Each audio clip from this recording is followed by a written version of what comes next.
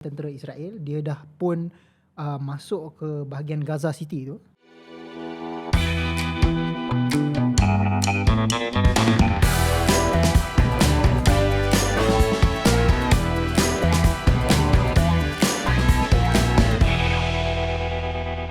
Assalamualaikum dan selamat datang ke Jom Sembang JS. kita dah lama tak shoot ni. So Jet, apa khabar? Alhamdulillah. Long time no see, Syami. Walau hang pakai baju punya YB ni, hang daripada mana? Terbiasa dengan etika pemakaian di pejabat. Okey lah. Sihat, Syami? Dekat 2 bulan kita tak bersua muka. Macam mana dengan dua bulan update? kan? Kali terakhir tengok kita punya last episode tu 2 bulan yang lepas. Itu pun kita masih di atas padang.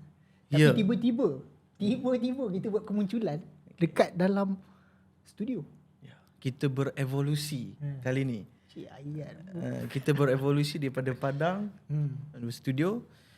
So aku ingat aku nak ambil kesempatan ni untuk ucapkan penghargaan dan terima kasih lah kepada studio YB yang taja kita studio dan beri peluang untuk kita record konten kita kali ni. Podcast kita episod yang ke 10. Alright. Dia mesti signifikan sikit sebab dia episod 10 dan kita ada di tempat yang baru. Kita tu lah nak ucapkan terima kasih kepada sebab Jack juga yang menguruskan, yang juga menyediakan ni studio YB. So saya rasa macam it's time lah sebab kata ramai sekarang kita kena sentiasa ada peningkatan dalam hidup. Skema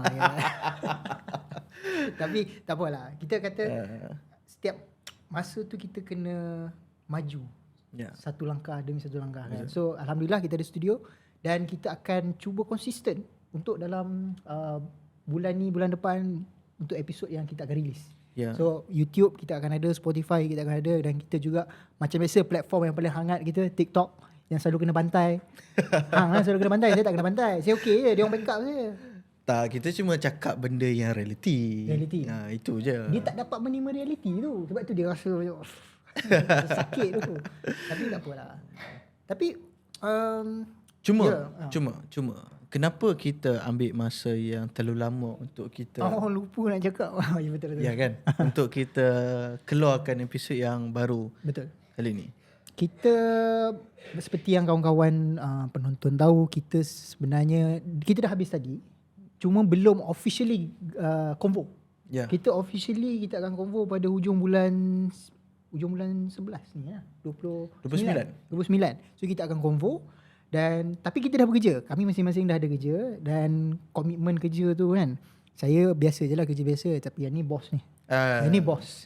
So dia kadang-kadang tiba-tiba kat sini. Itulah masing-masing. Tapi untuk pengetahuan pendengar JS ataupun Jom Sembang, Syami bukan orang yang biasa. Sebab Syami, saya nak ucapkan kat dia tahniah sebab dapat pengiktirafan daripada UKM. Ini pun dia dah kena masuk. Anugerah buku. Isn't it? Betul. Anugerah buku. Which is saya tumpang gembira dan bahagia lah. Terima kasih. Dengan Syami sebab my partner dia dapatkan anugerah tu. Itu tak ada dalam skrip. Saya tak tahu kenapa dia masuk dalam skrip. Tapi tak apa, itu terima kasih. So macam biasa, kita akan bincangkan apa yang berlaku di Malaysia dan juga di rantau. Topik hangat lah. Apa yang di rantau Asia Tenggara especially. Kita bermula dengan membincangkan lebih kurang dalam 5-6 topik dahulu. Dan kita cuba untuk ubah-ubah. Dan kali ni JS akan hanya mengulas 3 topik. Betul. 3 topik. Kita tak nak banyak-banyak sangat. Kita tak nak banyak, tapi biar ulasan kita tu ataupun discourse ni fruitful lah. Kan? Dia sebab kita ni bila kita sembang tentang isu-isu ni, kadang-kadang ada orang yang tak faham. Bukan tak faham apa, dia nak memikirkan isu tu macam contoh ada isu-isu baru yang terjadi kat Malaysia ni kan. Aku tak faham isu ni, tapi kita try ulas dalam benda yang simple. Kita orang muda kan, student macam mana kan, bekas student. Betul. So Syami, apa isu first yang kita nak bawa? Kita of course kita nak kena touch about isu Palestin. Sebab ini yang paling terkini kan. Sebab nanti pun saya nak tanya Jack. Sebab Jack dia ada kena-mengena dengan tempat dia kerja. So dia boleh update apa yang berlaku lah kan. Tapi setakat ni update yang terkini. kita dapat tahu yang tentera Israel dia dah pun masuk ke bahagian Gaza City tu. Berdekatan dengan kita kata hospital yang kita kenali sebagai Al-Shifa Hospital. So hospital ni yang menempatkan, dia tak macam hospital lah. Kalau Jack pernah tengok video, dia sebenarnya dia satu compound tengah. So dalam compound tu macam padang-padang, bukan padang pun, jalan kereta apa semua dia orang buat kemah. Okay. So kemah tu adalah dia punya ward kiranya tempat katil, tempat dirawat hospital, orang kena tembak apa semua. So sekarang ni tentera Israel dah sampai ke hampir ke kawasan tu dan dia dah dengar tembakan-tembakan semua kawasan berhampiran. Dan even saya dah dapat satu update tadi, pintu Al-Shifa Hospital tu pun dah dibom. Dah berlaku pengeboman. So maksudnya pihak Israel dah menguasai hampir kebanyakan kawasan di Gaza lah. Setakat ni berita yang kita boleh dengar adalah laporan daripada IDF lah, tentera Israel tu. Kata dia orang dah masuk. Tapi kita juga kena dengar the two sides of the coin juga. Daripada pihak Hamas pun ataupun Palestin, kita ada berita juga yang mengatakan mereka dapat menahan serangan ni lah. Tak adalah sampai ke Gaza City semuanya. So itulah setakat ni update. Dan saya dengar semalam PM dah pergi ke mana? Tapi setakat maklumat yang kita dapat, Yang Muhammad Perdana Menteri terbang ke Riyadh untuk mengadakan mesyuarat tergempar dengan pemimpin Islam, Muslim leaders, dalam satu sidang OIC untuk antara intipati pembincangan tersebut adalah berkenaan dengan isu Palestin lah. Apa reaksi kita, apa tindakan kita untuk sebagai negara-negara Islam untuk kita nak tangani isu ni, isu Palestin ni. Cuma apa yang kita nak bincang kali ni adalah berkenaan tentang peranan Malaysia dalam isu Palestin. Kan? Malaysia kat mana lah maksudnya? Ya. Syami ada nak? Saya melihat macam ni lah. Malaysia ni kita setakat ni one of the vocal ones lah yang menyuarakan. Even kalau kita tengok perhimpunan-perhimpunan yang berlaku pun macam perhimpunan ada solidariti apa semua tu kan. Semua memang tak ada masalah. Memang kita konsisten dalam menyuarakan isu-isu Palestin. Ya. Cuma ini yang saya nak bawa ni, tapi sebelum tu kita touch surface dulu lah kan. Okay. So saya tengok kita PM kita memang sangat konsisten. Even sampai ada yang menerima ancaman apa semua daripada kedutaan Amerika. Itu yang kita kata anak muda kita kena tahulah. Cumanya ada serangan-serangan lah daripada pihak pembangkang yang mengatakan PMX kita ni pro Israel. Kan dia kata yang menyebelahi pihak sana. Ini macam mana Jack sebagai orang yang berada di dalam? Saya di luar, saya tak tahu. Kalau tengok kan, aku sebenarnya bila isu melibatkan, ada certain isu yang kita tengok, kita memilih untuk ketepikan ideologi politik. Dan kita ketepikan pemahaman masing-masing. Which is di mana satu isu tersebut kita perlu bersatu dan bersama. Of course. Tapi apa yang terjadi dalam senario di Malaysia sekarang ni adalah mereka nak menunjukkan yang mana yang terpaling solidariti. Terpaling ramai lah.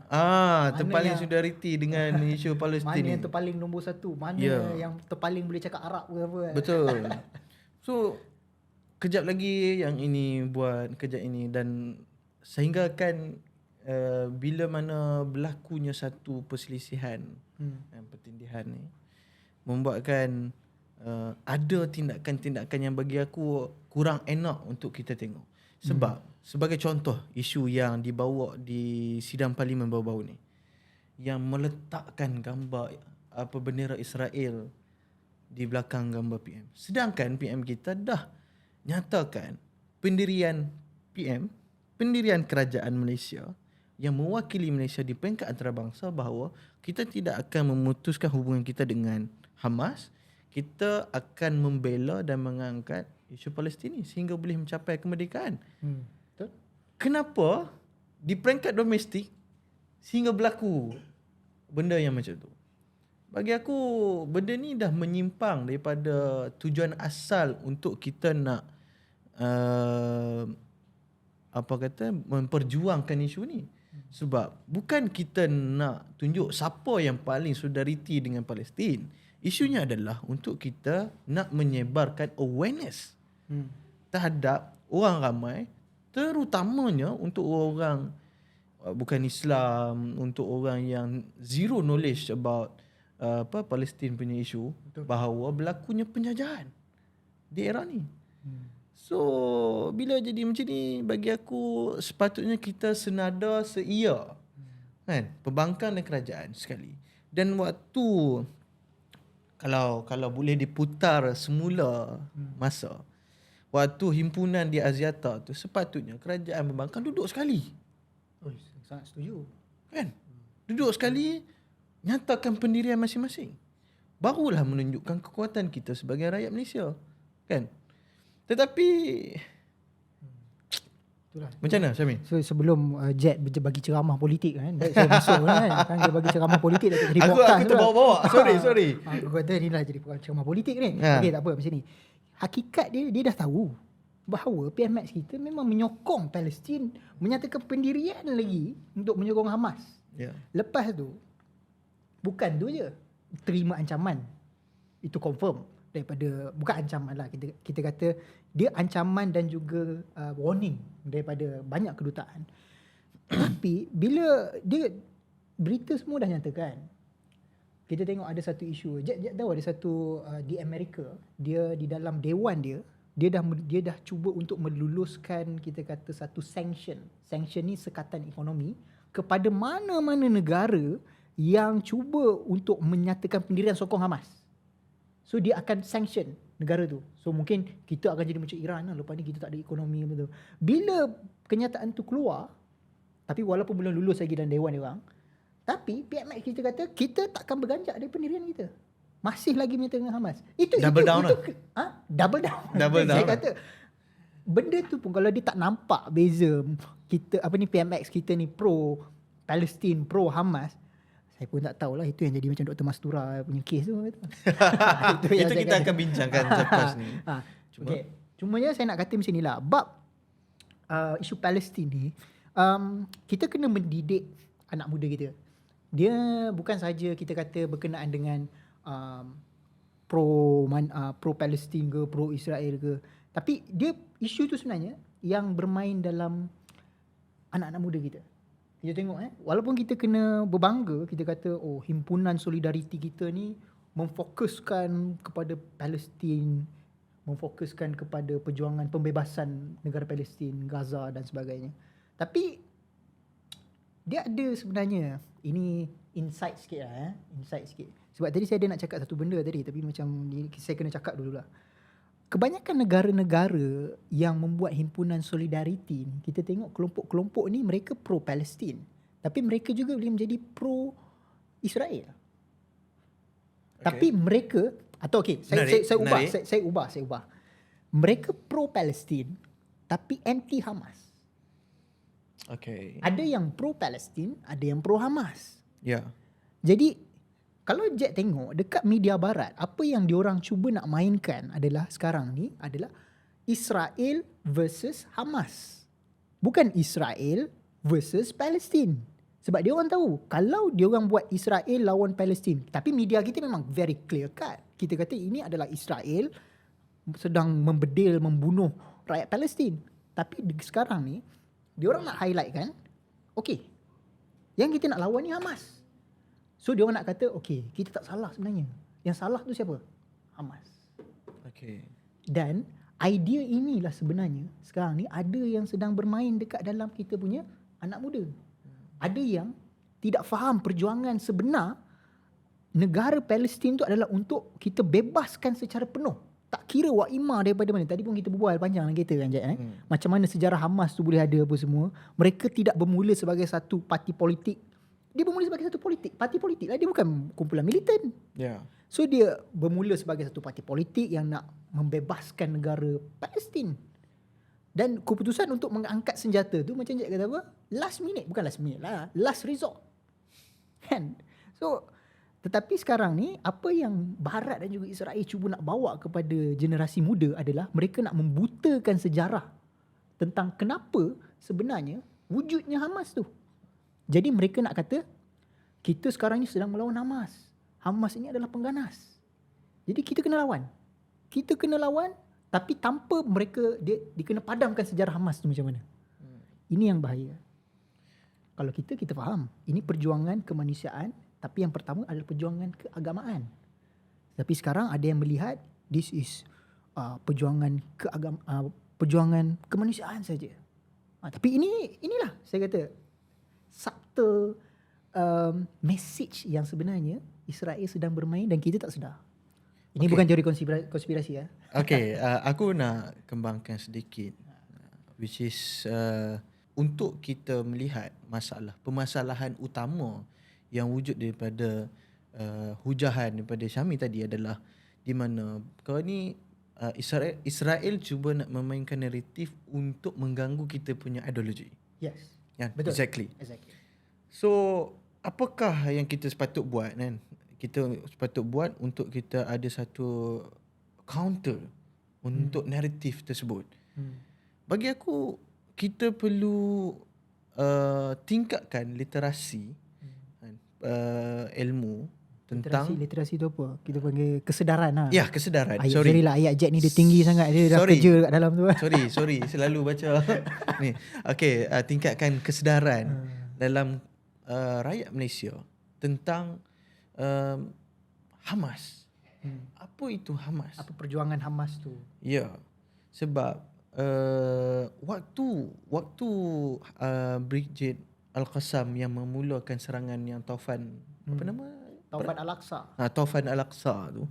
Ramai orang yang mempertikaikan tindakan depa untuk kenapa hang mula dulu, kenapa betul. tak biar ni dan kita bagi reaksi dan sebagainya. Jadi bagi aku kita perlu berbalik kepada asas pengetahuan tentang Hamas ataupun perjuangan orang Palestin itu sendiri. Kan? Hamas ini ditubuhkan atas sebab apa? Dia apa sebenarnya? Parti politik, kumpulan militan dan apa pun sekalipun, kita perlu ada satu pengetahuan, kesedaran tentang itu. Betul. Kemudian macam mana Hamas daripada sebuah parti politik boleh ada satu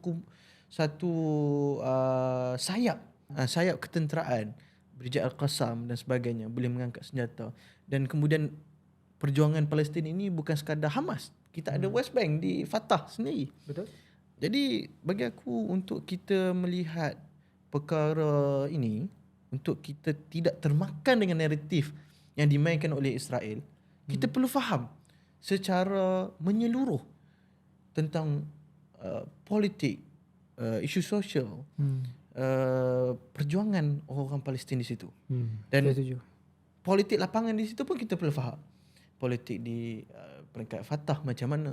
Apakah peranan Fatah dalam perjuangan orang Palestin? Apakah peranan Hamas perjuangan orang Palestin? Kita perlu faham benda tu. Sebelum kita nak memberikan satu konklusi akhir dalam satu isu, eloklah kita tabayun dulu lah.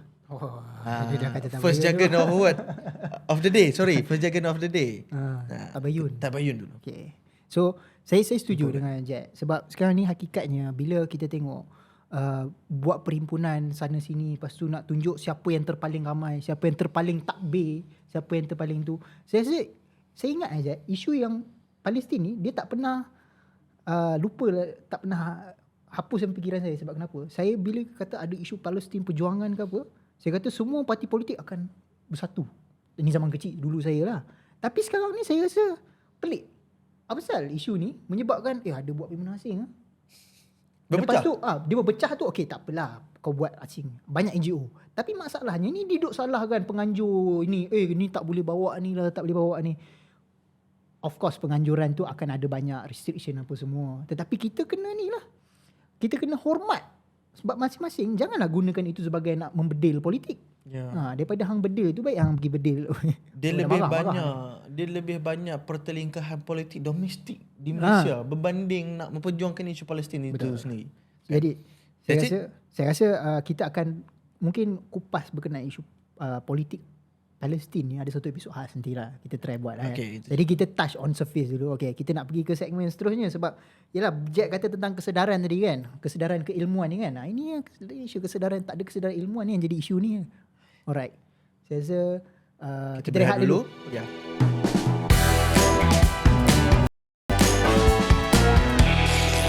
Okay, kembali kita ke Jom Sembang. Alright, Jet. Tadi kita dah cerita tentang update Palestin. Sekarang ni kita nak masuk ke domestik, isu negara kita lah kan. Saya ni bukan nak kata panas ke tak panas. Kita kerja tu kerja lah. Tapi tiba-tiba bila kita kerja ni, masuk pula satu video yang, wah tak boleh brain bro. Wah tak boleh brain bro video ni. Dan yang kelakarnya, individu yang kita nak bincangkan tersebut adalah ahli parlimen di parlimen aku sendiri. Hang kena patut rasa bangga. Bangga tau. So aku marah. Sangat terkilan. Okey. Apa isunya Syami? Okey, isu dia adalah bila ada dia, tak silap saya, dia satu perhimpunan di Terengganu, perhimpunan dengan jemaah-jemaah wanita lah. Jemaah wanita PAS. Muslimat. Jadi muslimat. Oh, muslimat. Nampak liberal sangat.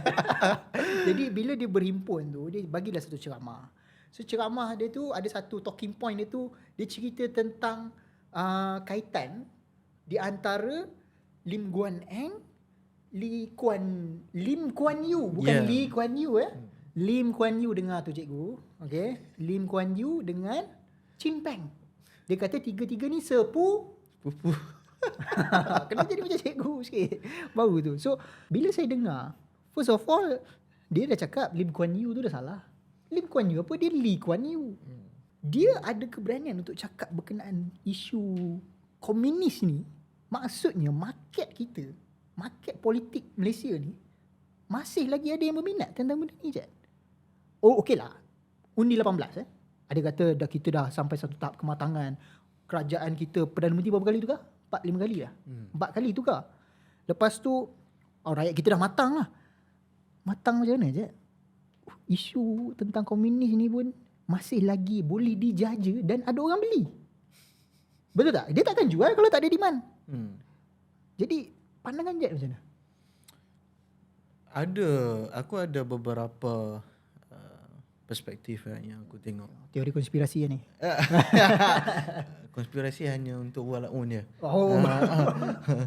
So ada beberapa perspektif. First of all, katakanlah Lim Kuan Yew, kata dia lah. Lim Guan Eng dan Chin Peng ada pertalian darah keluarga. Apa masalah ya?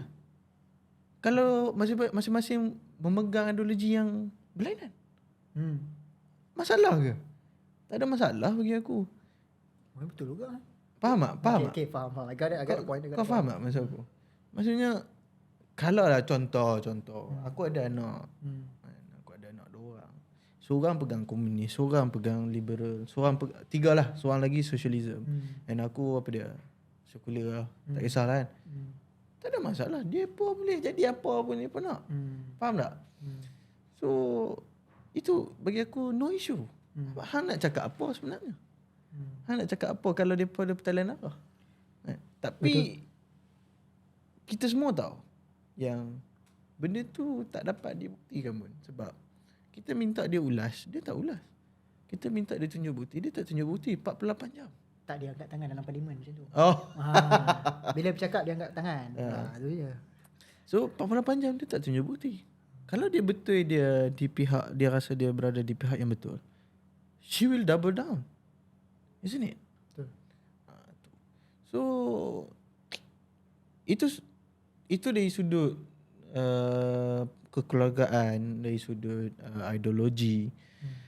Cuma di sudut lain, perspektif lain yang aku tengok, di mana dia gagal untuk membuktikan yang hujahan dia tu betul di peringkat awam. So bagi aku, dia telah merendahkan taraf ahli akademik. Sebab apa? Dia seorang pemegang doktor falsafah. Doktor. Dia doktor lah kan. So dia boleh gunakan kredit tu lah. Supposedly, kalau dia nak keluarkan satu fakta, dia kena ada bukti, dia kena ada rujukan, hujahannya tu berlandaskan apa.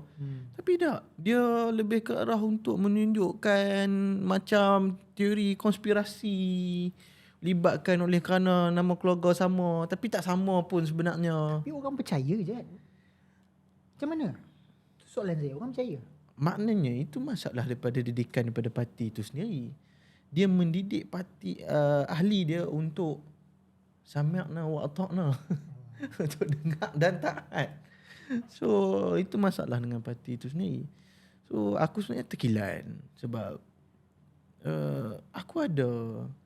kita ada kenalan kan, mana kita di peringkat universiti kita ada lecturer betapa bertanggungjawabnya ahli akademik di universiti kita sendiri, di universiti yang lain untuk mengeluarkan satu hujahan, untuk mengeluarkan satu fakta yang berlandaskan bukti-bukti yang ada autoriti.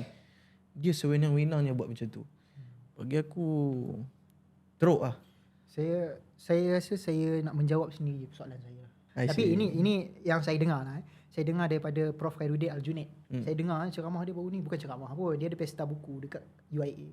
So dia cakap lah bagaimana masyarakat kita Malaysia ni dah sampai satu tahap, dia kata kita dah sampai kepada expressive piety. Jargon word yang kedua. Expressive piety ni adalah kita kata kealiman yang diekspresikan. Maksudnya Jet kena tengok sekarang masyarakat kita di luar akan lebih ramai orang yang pakai kopiah. Akan lebih ramai orang yang berjambang, berjanggut. Akan lebih ramai lagi orang yang pakai niqab. Sebab kita punya foundation negara kita ni dia berpecah. Berpecah maksudnya between Malay and non-Malay. So sekarang ni disebabkan sistem politik kita yang kucak-kacir daripada aspek ni lah macam-macam. So masyarakat kita kembali kepada asal. Itu kembali kepada keagamaan. So saya rasa sebab tu kenapa dia bawa isu ni, sebab dia tahu masyarakat kita sebenarnya dia boleh ada orang yang beli. Akan ada orang yang beli. Dan kalau saya takut lah orang yang beli ni daripada geng-geng undi 18. Ini yang saya paling takut. Dan sebab itulah saya kata kita kena buat something lah. So I don't know, kita kena tu yang dia kata tabayun tadi tu kan. Tabayun. Fair enough. Aku cakap dari sudut apa yang dia sepatutnya jadi and apa yang berlaku di masyarakat. So that's it. Saya rasa tu je kot. Saya rasa benda tak ni perlu kita nak ulas panjang tak sebab perlu. Kita tak perlu bagi populariti murahan kepada dia. Ya. Cukup sampai situ je. Cukuplah kita sekadar beritahu orang apa yang jadi je lah. Ya. Okay, saya rasa kita nak pergi ke satu topik yang hangat sebenarnya. Lepas ni kita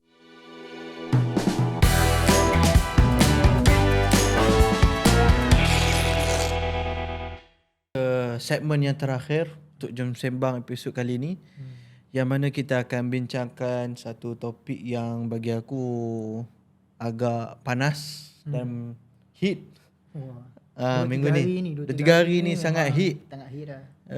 Di mana berlakunya satu keputusan Mahkamah Tinggi yang mana menjatuhkan hukuman bersalah kepada YB Syed Saddiq, ahli Parlimen Muar. Dia dikenakan hukuman 7 tahun beserta denda 10 juta dan juga 2 sebatan. Dan dia ahli parlimen yang pertama mencipta rekod sebagai ahli parlimen yang dijatuhkan hukuman sebatan. Itu betul benda tu? Saya baca title headline je. As far as I'm concerned, betul lah. Itulah. Ingatkan dia nak tu okey. Maybe lah kan. Sebab sebelum ni kita ikut ahli politik yang jatuhkan hukuman mostly di penjara aja ataupun denda. So di antara dia pertama kali sebab. So ada beberapa lagi proses yang dia akan lalui, yang mana dia akan pergi ke Mahkamah Rayuan untuk dia rayu keputusan tersebut untuk overturn the decision or not. Dan selepas itu dia akan bawa ke Federal Court, Mahkamah Persekutuan, untuk dia masih lagi ada peluang untuk bebaskan diri dia lah. Bebaskan daripada segala tuduhan dan hukuman tersebut. Jadi hasil daripada Syami hukuman yang dikenakan terhadap YB Syed Saddiq. Panas ni soalan ni. Berlakunya reaksi. Kita nak cerita tentang reaksi. Kita tak nak cerita dari sudut keputusan mahkamah tersebut kerana kita menghormati keputusan mahkamah. Kita cuma nak ulas dari sudut reaksi masyarakat lah. Bagi aku ada lebih kurang 3 layer lah. Okay. Layer pertama, reaksi daripada ahli parti Syed Saddiq itu sendiri. Kedua, reaksi daripada orang yang tak ada affiliate dengan parti politik, masyarakat. Ketiga adalah maybe parti lawan. Kan? So Syami selaku seorang yang pernah lah familiar. Rapat. Ada kenalan. Pernah rapat lah. Pernah rapat lah kan. Pernah rapat dengan Wabi Syed Saddiq. Kita kerja profesional. Pernah kerja dengan Wabi Syed Saddiq? Tak ada kerja, maksudnya hubungan profesional. Saya kan parlimen sebelum ni. I see. Okay. So wartawan. So apa pandangan Syami dengan reaksi-reaksi yang ditunjuk? Mungkin ada kawan-kawan kan hubungan profesional tersebut. Mesti ada grup ke dengan kawan-kawan daripada ahli parti daripada Syed Saddiq tu, muda. Mungkin apa komen Syami? Saya jumpa kenalan lah kan. Pertama, of course number one dia orang sedih lah benda ni sebab benda ni dia kena pada usia yang muda dan even yalah kita tak nak touch about pertuduhan yang dibuat tu, tapi pertuduhan pula sabitan kesalahan tu. Cumanya ada yang turut menyuarakan lah macam apa yang dah jadi kepada orang yang bersubat dengan dia tu kan sebab dia pertuduhan dia tu bersubahat. Kiranya ada individu lain yang terlibat dengan benda tu. So tapi of course bila ada individu lain dia menjadi saksi. Bila dia menjadi saksi dia mesti ada deal. You ada deal dengan SPRM apa semua. Bila you bagi kenyataan, you takkan kena lah. So awak nak mencabar credibility, authority? Bukan. Kita kata kalau ni dah kena apple to apple lah, you kenakan juga sana. Okay. Itu je. Itu bukan saya kata. Be fair lah. Orang yang dalam parti kata. Dia kata, so next akan ada, ni lah macam Jack kata, akan ada rayuan, mahkamah persekutuan. Cumanya reaksi mereka kata lawan tu tak lawan. Bukan lawan apa, berani kena benar. Kalau lawan tu tak lawan tu dia jadi parti ni. Parti PKR nanti jadi keadilan. Ada slogan selepas dijatuhkan hukuman. Lagi ditekan, lagi melawan. Saya nampak benda tu tak apalah, itu mereka punya pandangan lah kan. Cumanya so awak tidak affiliate dengan pandangan tersebut? Kalau itu mahkamah buat, dia bersalah, okey tak apalah, dia teruskan rayuan lah. Jadi saya punya pandangan akan ditentukan selepas mahkamah persekutuan. Kalau mahkamah persekutuan kata dah ada 7 hakim, 7 hakim dah kata dia bersalah. Okey, salah. Jadi kita kata salah. Sekarang ni mungkin kita kata mungkin beban bukti dia tu tak cukup kuat untuk menuduh, untuk menimbulkan keraguan di kes pendakwaan. Mungkin ialah mungkin diperlukan lawyer yang lebih kuat ke? Perlukan orang yang lebih kreatif untuk mencabar pendakwaan. So itu kita tunggulah. Sebab saya personally, kalau mahkamah kata A, saya kata A. Wak Ima saya ada hubungan profesional ke, hubungan personal ke apa, kalau dia dah buat, boleh tu buatlah. Cumanya yang menariknya Jet, bila semalam lah kan, saya balik rumah kan, saya ada buat dekat posting kat story kan. Mak saya ni, dia memang orang kuat PH. Kita declare tu kot. Kita declare. Orang kuat PH, orang kuat Anwar. Okay. Makan tu duit lagi. Okay. Bagi nombor akaun. So dia kata macam ni. Semalam dia kata, apa dah jadi dengan Saddiq, kesian kan. Amin tahu apa-apa tak? Ni saya kata, mana tahunya, saya kerja tempat lain bukan kerja dengan dia. Lepas dia kata, itulah dekat grup-grup masjid semua cakap, kesian Saddiq, muda-muda dah kena hukuman macam tu, duit macam ni apa semua kan. So saya tertarik dengan benda ni daripada seorang penyokong PH yang tegar. Ya maksudnya sebenarnya apa yang berlaku kepada Saddiq ni, dia akan menimbulkan satu respon yang bercampur bau. Okey, Twitter Jaya dia ada punya pandangan kan. Kita tak tahu Twitter Jaya only represent 10%. Lagi baki tu rupanya berbeza pandangan. Jadi yalah, orang akan kata macam inilah, Saddiq akan ada next life dia lah. Kalau dia serve dalam penjara tu, dia akan ada next life lah. Dia kena serve lah, orang kata kalau dia bersalah. Cuma orang masih sangat simpati dengan dia. Saya simpati lah, dia kata. Saya punya komen lah. Okay. Tapi salah tetap salah. Aku ada sedikit lah slightly different opinion dengan hang.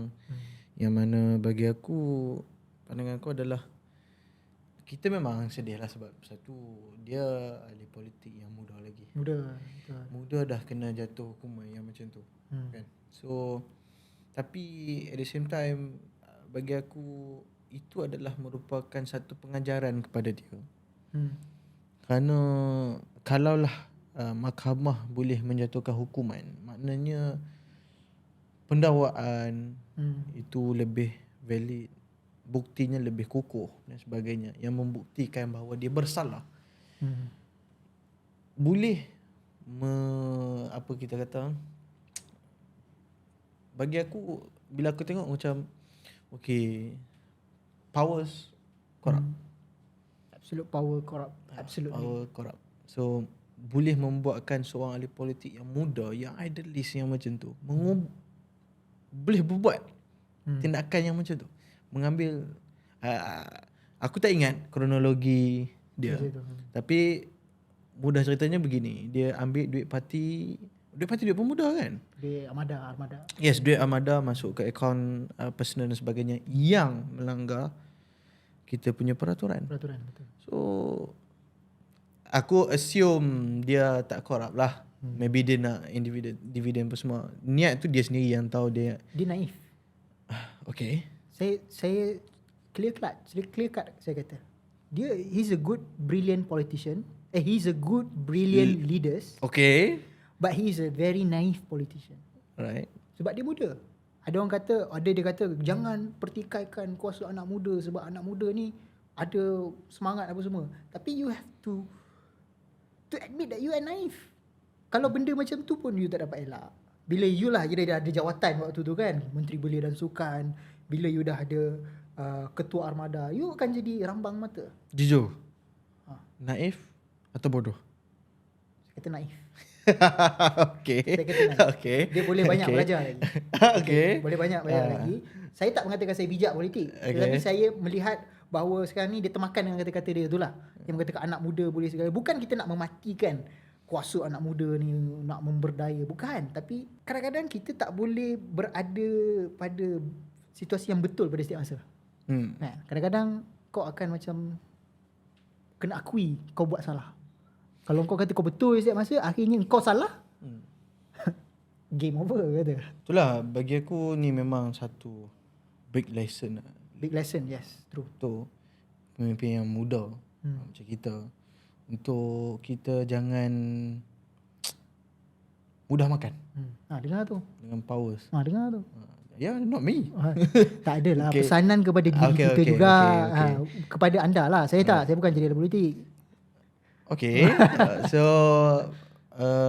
itu satu hal lah dari sudut reaksi ahli parti, kita punya POV. Tapi ada satu yang bagi aku reaksi daripada masyarakat, terutama sebagai contohnya daripada selebriti, yang bagi aku agak mengganggu lah. Oh ya, saya dah baca. Betul. Apa nama? Siapa nama selebriti tu? Fathia Latif. Sebut terus Tak boleh sebut. Boleh. Tak ada, saya Fathia Latif sebab dia sendiri yang keluarkan statement tersebut. Yang bagi aku statement itu agak dangkal. Baca balik. Agak dangkal sebab dia mempertikaikan keputusan credibility sistem kehakiman kita. Sampai minta hakim yang kotai perbicaraan tersebut untuk lempak sijil ijazah hang. Lepas tu dia kena balik. Oleh kerana kita tak membebaskan Syed Saddiq. Bagi aku itu satu benda yang, sebab semua benda ada asas. Semua benda ada asas.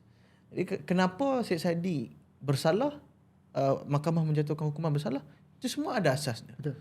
Dia ada prosedur dia yang tertentu. Jadi bagi aku, dalam kita nak melihat suatu isu, kita jangan bias lah. Parti lewat. Parti ni ke. Kita kena lihat daripada fakta lah. Fakta itu dulu. Fakta itu. Kita jangan mempertikaikan. Panjang lah dia tulis statement ni. Mempertikaikan sistem kehakiman tu. Saya mungkin just nak highlight yang dia kata dia tak tahu pula yang ada sebatan ni. Dia tahu hanya sebatan ni boleh digunakan pada rogol under the penal code. Lepas tu orang bantai balik, dia kata kau ni macam tak lepas law school. Jadi kita terlalu jangan terlalu taksub sangat lah kan. Ya, itulah kita punya. Ya, betul. Jangan taksub. Jangan taksub. Dan isu ni kita mendoakan supaya perjalanan dia berjalan dengan ikut proses lah kan. Tapi saya bangga dengan institusi kehakiman kita. Maksudnya masih lagi ya, itu strong lah. Satu hal yang mana kalau kita nak mempertikaikan credibility sistem kehakiman kita perlu faham. Lawyer Syed Saddiq adalah backbenchers kerajaan. Bekas menteri. Betul. Gobind Singh Dio. Ya. Takkanlah, kalau betul lah kita punya sistem kehakiman kita korup, takkanlah dia tak boleh nak mempengaruhi. Kan? Takkan tak boleh lepas kan. Contoh. Betul kan. Untuk jaga dia punya track record. Gobind Singh ni seorang lawyer yang one of the finest kita tu kalau dalam masakan tu kan. Michelin Guide tu kan. Top Michelin tu. Sampai ada orang ulas kalau lawyer hang Gobind Singh hang kalah, memang salah. Kan? So bagi aku tak timbul isu tentang credibility sistem kehakiman kita perlu dipersoalkan. Kita terima, tetapi reaksi untuk kita melihat satu isu tu janganlah kita ekstrim. Jangan taksub, jangan ekstrim. Betul. That's it. Saya setuju. Cuma kita sebelum kita nak tamat kan, nanti kita ada bonus segmen kita nak touch sikit. Apa? Post credit bukan. Kita nak cerita tentang politik antarabangsa sikit. Okay. Dalam 2-3 minit. Nak menyeberang. Nak menyeberang kejap. Okay. Sebelum tu kita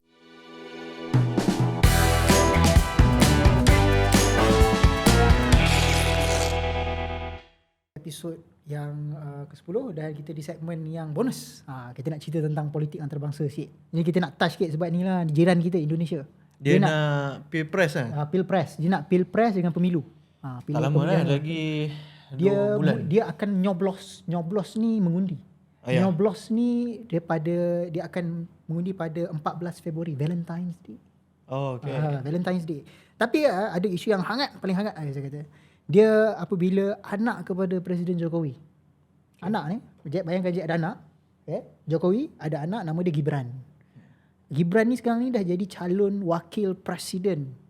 Dia nak jadi calon timbalan presiden lah kepada Prabowo Subianto. Sebab kat Indonesia ni dia ada 3 calon sekarang ni. Satu calon daripada parti pemerintah iaitu PDIP, iaitu Ganjar Pranowo dan Mahfud MD.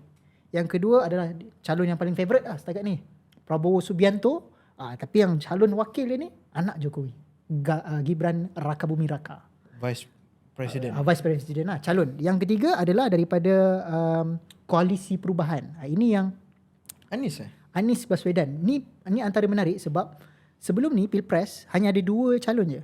Setakat yang ni ada 3 calon. Calon ketiga ni adalah Anies Baswedan, bekas Menteri Pendidikan dalam kerajaan Jokowi sebelum ni, bekas jurucakap rasmi Jokowi juga, dan kini telah menyeberang dan kini akan berlawan dengan parti Jokowi. Calon wakil presiden dia tak berapa famous, nama dia Cak Imin, tetapi dia memegang keahlian orang-orang ulama'. Dia kata Nahdlatul Ulama, NU, antara yang terbesar. So dia pegang, kata dia lah. Tapi kita tak nak cerita tu, itu basic. Kita nak cerita bagaimana anak Jokowi ni boleh sampai ke calon wakil presiden tu.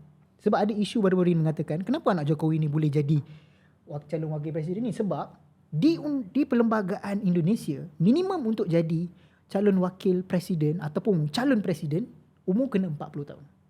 Tapi Gibran ni umur dia 36 tahun. Apa yang jadi adalah mereka buat judicial review lah bahasa Malaysia ya. Buat judicial review nak mengatakan bolehlah bagi benarkan orang yang 40 tahun bawah 40 tahun bertanding atas sebab-sebab ni. Sebab dia kata dia pernah menjabat sebagai wali kota Solo. Wali kota ni macam Datuk Bandar.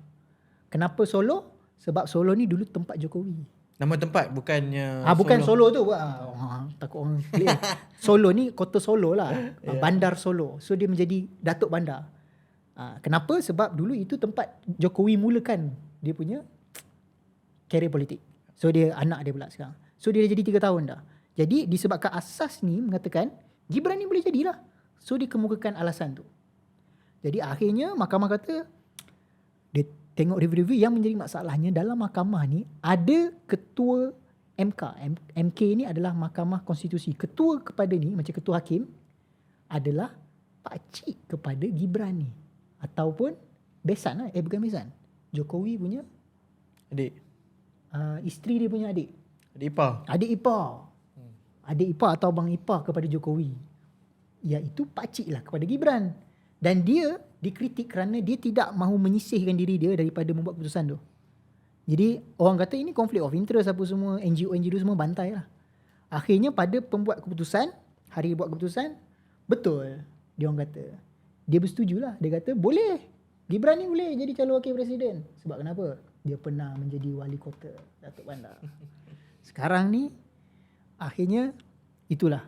Dia hangat tu sebab terjadi ni. Dan dia paling latest lagi sebab dia panas ni sebab dia punya hakim-hakiman lain menghantar judicial review disebabkan dia dah melanggar etika. Etika tu, dan bila dia orang buat keputusan bincang-bincang, betul dia melanggar etika. Dan dia digugurkan daripada jawatan ketua hakim. Itulah dia orang nak kata Indonesia ni sekarang dah ada politik dinasti. Macam mana politik dinasti je?